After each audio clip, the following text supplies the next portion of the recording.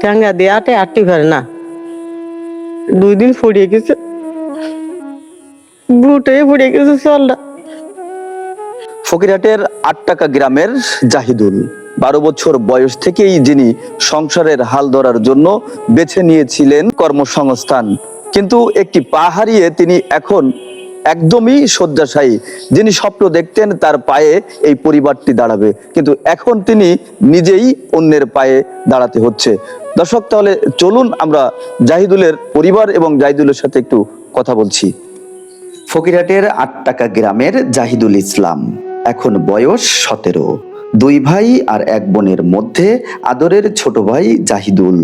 সমাজের আর 10টা তরুণের মতো জাহিদুলের ছিল দুরন্তপনা শৈশব। প্রাইমারি স্কুলে ক্লাস 3 পর্যন্ত পড়ে ভর্তি হন মাদ্রাসায়। সেখানে 5 পারা কোরআন মুখস্থ করে পরিবারের অভাব ঘোচানোর জন্য মাত্র 12 বছর বয়সে হাল ধরতে হয় সংসারের। কর্মসংস্থানের জন্য পাড়ি দেয় রাজধানী ঢাকা। চাকরি পান একটি কনস্ট্রাকশন কোম্পানির লেবারি পদে। চাকুরির বদলিজনিত কারণে তাকে যেতে হয় নীলফামারীতে। আর সেখানে গিয়ে জীবনে নেমে আসে আরেক দুর্দশা। কনস্ট্রাকশনের কাজে দুর্ঘটনায় হারাতে হয় ডান পা। নাম মোহাম্মদ জাহিদুল ইসলাম, আমার পিতার নাম মোহাম্মদ কিরামত শেখ। আমার বাসা বাগেরহাটের ফকিরহাট জেলায়, গ্রাম 8 টাকা। আমি একজন নির্মাণ শ্রমিক ছিলাম।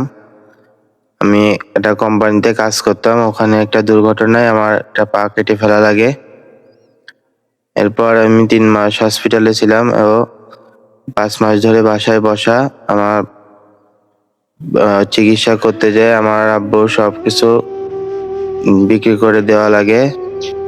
আমার আব্বু এখন কোনো কাজ করতে পারতেছে না। এখন সমাজ ও পরিবারের কাছে আমার নিজেকে একটা বোঝা মনে হচ্ছে।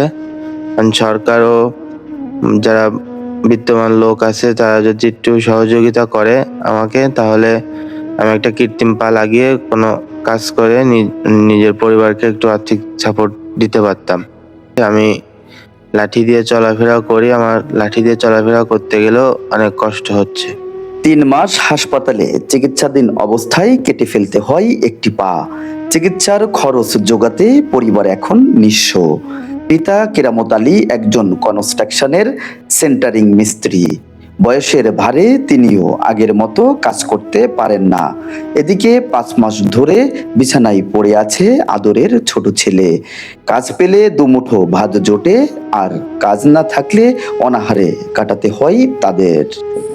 ছেলে মেয়ে 3 জন, 1 ছেলে 2 ছেলে 1 মেয়ে। আমার এই ছোট ছেলে কাজ করতে যাই অ্যাক্সিডেন্ট করে পা কেটে ফেলা দিতে আসে। 3 মাস হাসপাতালে রয়েছি, পঙ্গু হাসপাতালে। এখন সংসার চলে না, টাকা পয়সা ছিল তা খরচ হয়ে গেছে। দাঁত দিন আইছি, দাঁত দিন আয় তাই টাকা পয়সা খরচ করেছি। এখন যারা কাছ থেকে টাকা নিছি তারা চাইছে দিতে পারতেছি না, মেলা অভাব অনটন যাচ্ছে। ওর আব্বাও মেলা বয়স্ক, কাজকর্ম করতে পারে না, সংসার চলে না। দিনে দিন খাই, কোনোদিন খাই কোনোদিন খাই না।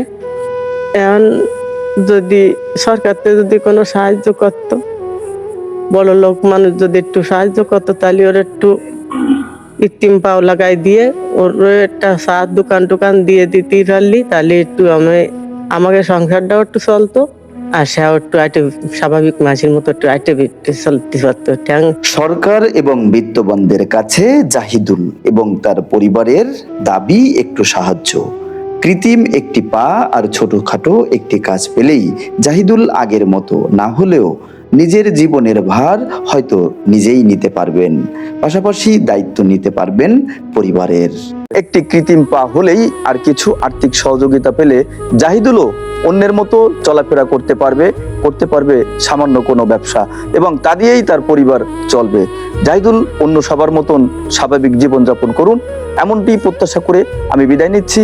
রনি হাসান, বাগেরহাট ভিশন 24।